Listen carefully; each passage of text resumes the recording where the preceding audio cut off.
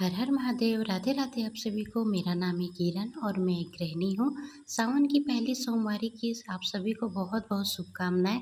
महादेव आपकी हर इच्छा को पूरा करे और आपकी ज़िंदगी में जो भी परेशानियां चल रही है भगवान उसको ख़त्म कर दे। आप इस वीडियो में देखेंगे कि कैसे मैंने सुबह उठ के घर में पूजा की और पार्थिव शिवलिंग बनाकर महादेव की पूजा की। बहुत सरल और विधि तरीके से, कोई तामझाम नहीं है। अगर आपके पास सामग्री है तो भी ठीक है, नहीं है तो भी ठीक है। आपको इस वीडियो में ये भी देखने को मिलेगा कि कितना सामग्री से हम पूजा पाठ किए हैं और क्या-क्या मेरे पास था और क्या-क्या नहीं था। तो चलिए स्टार्ट करते हैं। सबसे पहले हम ब्रह्म मुहूर्त में सुबह उठ गए थे। आज थोड़ा जल्दी ही उठ गए थे हम, क्योंकि थोड़ा-सा काम भी ज़्यादा था, क्योंकि पहला सोमवारी था तो बहुत काम भी रहता है और बच्चे का स्कूल भी है तो लंच बनाना भी, उसमें भी टाइम लगता है। इसलिए हमेशा तो हम 3:30 बजे उठ जाते हैं, लेकिन इस बार हम सोमवार को यानी आज हम जल्दी उठ गए थे। 3:15 बजे तक, मतलब 3 बजे हम उठ गए थे। और उसके बाद सबसे पहले हम ब्रश किए, देन उसके बाद हम झाड़ू पोछा किए, नहा धोआ कर मंदिर पास आ गए और मंदिर को ना साफ़ कर रहे हैं हम, क्योंकि मंदिर हमेशा हम करते हैं लेकिन फ़ोटो हटा के ना हम सोचे सोमवार है कर देते हैं।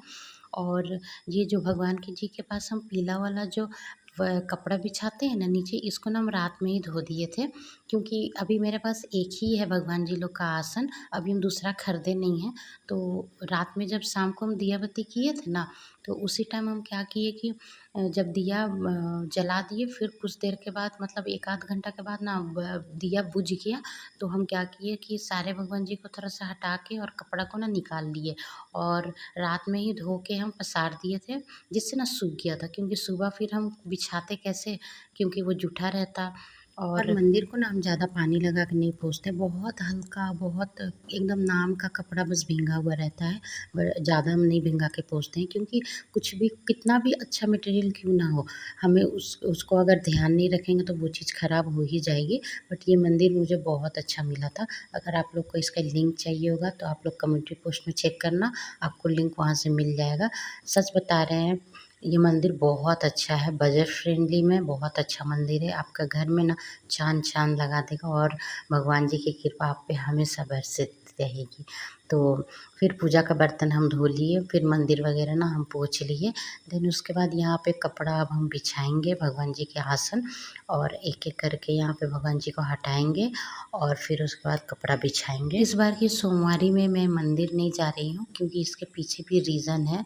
और 2025 में जब मैं गई थी ना मंदिर, तो 1.5-2 घंटा मुझे लाइन में लगना पड़ा था, और उस टाइम मेरा छोटा वाला बेटा 1 साल का था, तो मुझे बहुत परेशानी हुई थी, क्योंकि वो बहुत रो रहा था। इसलिए इस बार हम बोले नहीं जाएँगे, बट इसका स्टोरी भी अलग है, हम आपको आगे बताएँगे।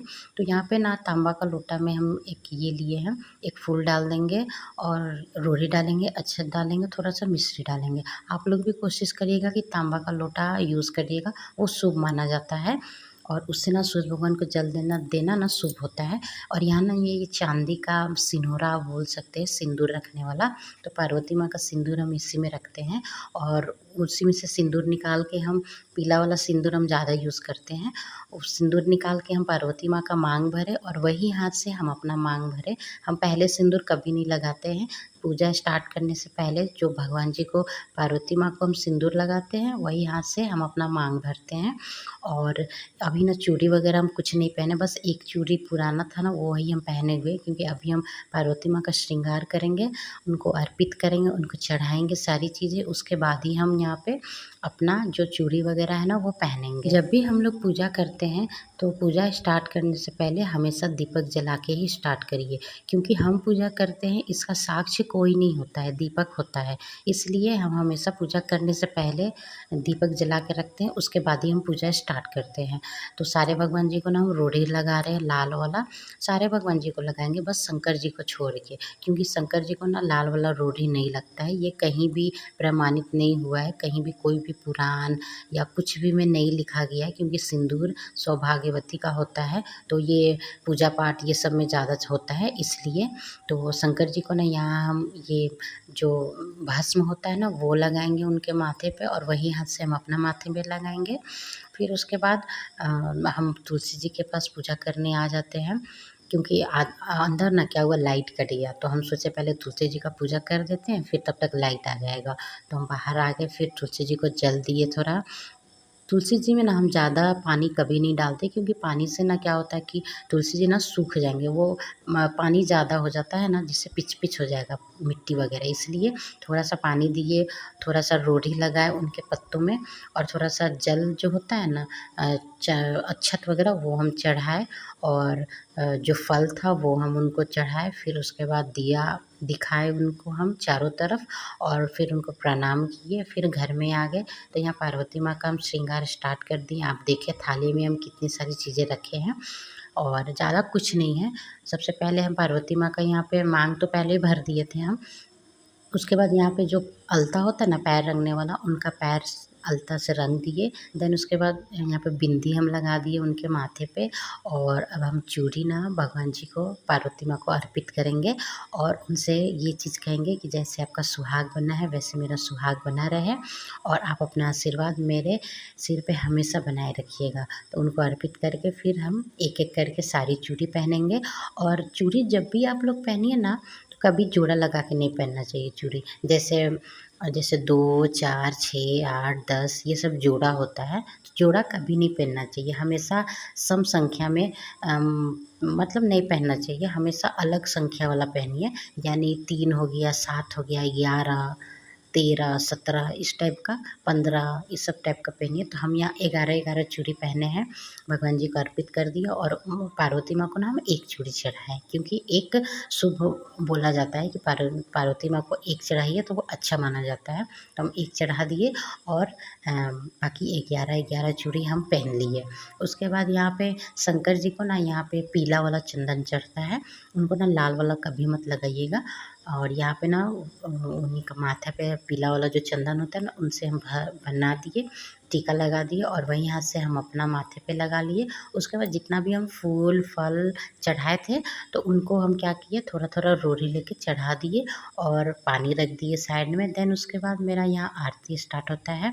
हम आरती करते हैं, क्योंकि मुझे बहुत अच्छा लगता है आरती करना, भगवान जी की आराधना करना, अर्चना करना। मुझे पूजा पाठ करना बहुत अच्छा लगता है। ऐसा भी नहीं है कि मैं 10 घंटा पूजा पाठ करती हूँ या 1 घंटा, बिल्कुल भी नहीं। मेरा हार्डली से ज़्यादा 15 मिनट में पूजा पाठ कंप्लीट हो जाता है।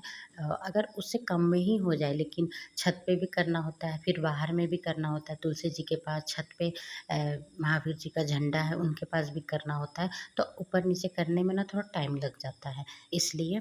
और हम जितनी देर भी करते हैं ना, 10 से 15 मिनट, हम बहुत मन से कर लगा के करते हैं, बहुत दिल से करते हैं, बहुत बहुत श्रद्धा से हम करते हैं, बहुत सच्चे दिल से हम करते हैं। हर किसी का पूजा पाठ करने का तरीका अलग होता है। मेरा मेरा भी अलग है पूजा पाठ करने का तरीका, और मेरा जो तरीका है ना मुझे बहुत अच्छा लगता है, क्योंकि बहुत किसी को हम बहुत सारी चीज़ें हम देखते हैं करते हुए, बट मेरा कुछ नहीं होता। मेरा बहुत सिंपल पूजा पाठ रहता है, और मैं वीडियो भी इसीलिए बनाती हूँ कि हो सकता है मेरा पूजा पाठ किसी को अच्छा लगे, और वो लोग भी ऐसे ही करें। क्योंकि वीडियो बनाने के पीछे भी एक ये भी कारण है कि आजकल सब कोई बिज़ी है अपने लाइफ में, क्योंकि कोई भी चीज़ में ज़्यादा समय कोई नहीं देना चाहता है। और मैं इस चीज़ को बखूबी मानती भी हूँ और समझती भी हूँ कि टाइम का बहुत कमी हो जाता है। तो इसलिए ना हम वैसे ही पूजा पाठ करते हैं रोज़, एकदम सिंपल तरीक़ा से, चाहे कोई पर्व त्योहार रहे या रेगुलर पूजा करना रहे, तो एकदम मेरा सेम रहता है। बस थोड़ा-थोड़ा अंतर आ जाता है कभी-काल, नहीं तो सेम रहता है। मंदिर में पूजा हो जाने के बाद तुलसी जी को भी पूजा कर लिए थे, फिर छत पे महावीर जी को भी पूजा कर लिए थे। अब बारी आती है जो हम पार्थिव शिवलिंग बनाए थे उनको पूजने की। सबसे पहले हम जल अभिषेक किए, उसके बाद दूध से अभिषेक किए, उसके बाद यहाँ पे ना चरणामृत हम बना के रखे थे, तो उससे हम अभिषेक किए। जब ये सारी चीज़ें से अभिषेक आप कर लीजिएगा, तो फिर से आपको पानी से अभिषेक करना होता है, क्योंकि हमें वापस से जो शिवलिंग बना है ना उनको साफ़ करना होता है। तो पानी से भी हम अभिषेक कर लिए। उसके बाद जो पीला वाला चंदन होता है ना, वो आपको हथेली पर रख के उसमें थोड़ा-सा 2-3 बूँद पानी डाल के आपको आपको शिवलिंग को अच्छे तरीके से उनमें लेप लेप की तरह लगाना है और बोलना है ओम नमः शिवाय, ओम नमः शिवाय। आप जितनी बार चाहे उतनी बार आप बोल सकते हैं।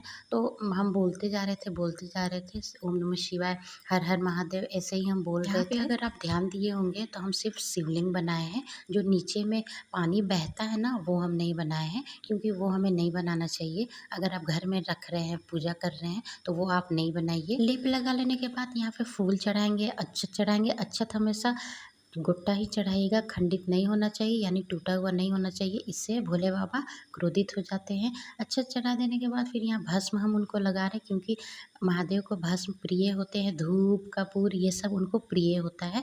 तो यहाँ दिया जलाएंगे और फिर यहाँ धूप है, धूप भी जला लेंगे। चाहे आप मंदिर में दिया जला रहे हो या आप शिवलिंग के पास दिया जला रहे हो, हमेशा 11 मिनट से कम दिया कभी नहीं जलना चाहिए, ये अशुभ माना जाता है। 11 मिनट से ऊपर चल जाए तो ये अच्छा होता है। इसलिए मेरा दिया जब भी हम जलाते हैं ना तो 11 मिनट से ऊपर ही हो जाता है, यानी 14 मिनट 15 मिनट। और दिया जब जल जाए और बुझ जाए तो उसका 7 मिनट के बाद आप मंदिर का जो पट होता है ना, यानी दरवाज़ा, उसको बंद कर दीजिए। तो यहाँ जो शिवलिंग का हम पूजा कर रहे हैं ना, तो ऐसे ही हम किए, यानी दिया जल गया, फिर बुझ जाने के 7 मिनट के बाद इसमें जो भी अभिषेक किए हैं ना, तो इसको लेके हम दूसरे फूल वगैरह में हम डाल देंगे, क्योंकि ऐसे हमें नहीं छोड़ना चाहिए, क्योंकि हम घर में रख रहे हैं तो ऐसा छोड़ना अशुभ माना जाता है। तो एकदम सिंपल तरीका से हम पूजा पाठ किए, आपको दिखा होगा कोई तामझाम नहीं है मेरा पूजा पाठ में।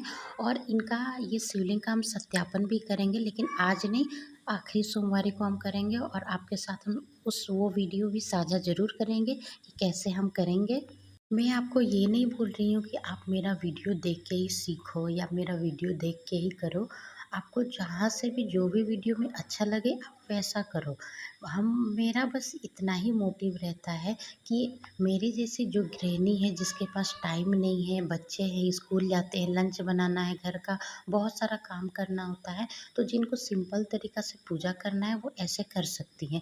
क्योंकि हम भी एक गृहिणी है, हम भी एक स्त्री है, हम भी एक माँ है, हम समझ सकते हैं वो चीज़ को। मुझे ज़्यादा से ज़्यादा ना 15 मिनट पूजा करने में लगा था, क्योंकि फर्स्ट सोमवारी था तो मुझे चूड़ी वगैरह भी चढ़ाना था, श्रृंगार करना था, तो उन सब में थोड़ा सा टाइम लग गया। अगली बार शायद इतना टाइम लगेगा नहीं, क्योंकि सिंपल सा पूजा चढ़ा के हट जाना है, क्योंकि मुझे श्रृंगार नहीं चढ़ाना है, बस फल फूल चढ़ा देना है और रोड़ी लगा देना है, यही सब आरती करना है, बस ये इस सब में ज़्यादा टाइम नहीं लगता मेरा है। सोमवारी का पूजा पाठ बहुत अच्छे से हुआ, शिवलिंग का भी पूजा बहुत अच्छे से हम किए, मेरा मन बहुत खुश था, क्योंकि महादेव को हम जब भी दिल से याद करते हैं ना तो वो मेरे सामने प्रकट हो जाते हैं। और यहाँ देखिए चूड़ियाँ हम मतलब मुझे बहुत अच्छा लग रहा था, क्योंकि बहुत टाइम बाद हम इतना इतना चूड़ियाँ पहने हैं। हम ज़्यादा पहनते नहीं हैं, क्योंकि छोटा बेटा है ना, उसको गोदी पकड़ते हैं तो टूट वगैरह जाता है, उसको लग जाता है, इसलिए हम हमेशा कम ही पहनते हैं। फिर पूजा हो जाने के बाद यहाँ ना हम पैर रंग लिए, क्योंकि पार्वती माँ का पैर रंग दिए थे, तो ये भी तो श्रृंगार हुआ ना हम लोग का, तो हम भी पैर रंग लिए और मुझे बहुत अच्छा लगा। मुझे आशा है कि आपको एक गृहिणी की वीडियो अच्छी लगी होगी। अगर अच्छी लगी होगी तो लाइक एंड सब्सक्राइब ज़रूर करिएगा, एक गृहिणी को सपोर्ट ज़रूर करिएगा। हर हर महादेव।